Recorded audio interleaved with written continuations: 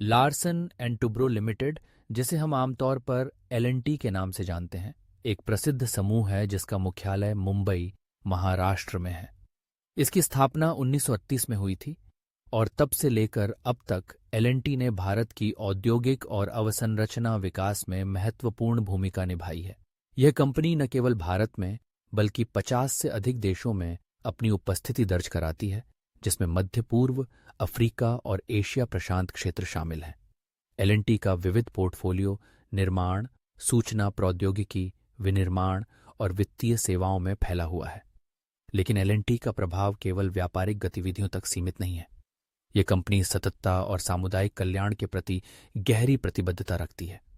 इसके कई कॉरपोरेट सामाजिक जिम्मेदारी पहलों में सक्रिय भागीदारी है, जो इसे समाज और उद्योग में एक बेहतर भविष्य के निर्माण के लिए समर्पित बनाती है। 2024 में एल&टी की गतिविधियों में तेजी आई है। फरवरी 2024 में एल&टी एनर्जी हाइड्रोकार्बन ने मध्य पूर्व से $20 बिलियन का एक बड़ा ऑनशोर और ऑफशोर ऑर्डर प्राप्त किया। इसके अलावा झारखंड के पांचेत डैम पर 75 मेगावाट का एक तैरता हुआ सौर पार्क बनाने का आदेश भी मिला। असम में ब्रह्मपुत्र नदी पर एक केबल स्टे ब्रिज का निर्माण भी एल&टी के निर्माण विभाग द्वारा किया जाएगा। हालांकि सभी समाचार सकारात्मक नहीं है। दिल्ली के पीडब्ल्यूडी ने प्रगति मैदान टनल के संबंध में एल&टी को डिजाइन में खामियों और तकनीकी कमियों के लिए नोटिस जारी किया है, जिससे यात्रियों की सुरक्षा पर खतरा उत्पन्न हो सकता है। एल&टी टेक्नोलॉजी सर्विसेज ने मरेली के साथ मिलकर ऑटोमोटिव इंफोटेनमेंट और सूचना क्लस्टर डिजाइन विकसित करने का कार्य शुरू किया है। इसके अलावा ब्लैकबेरी के साथ मिलकर सॉफ्टवेयर परिभाषित वाहनों का विकास भी चल रहा है। जनवरी 2024 में एल&टी ने तिमाही लाभ में 15.5% की वृद्धि की सूचना दी, जो 1916 में 4 करोड़ रुपए तक पहुंच गया।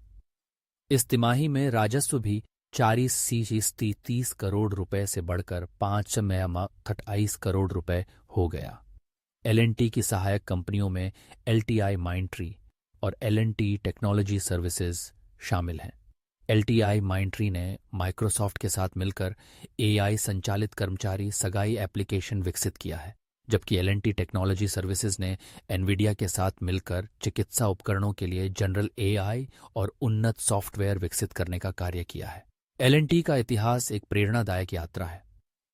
इसकी शुरुआत 2 डेनिश इंजीनियरों हेनिंग होल क्लार्सन और सोरेन क्रिश्चियन टुब्रो के साथ हुई, जिन्होंने मशीनरी का आयात करके भारतीय बाजार में कदम रखा।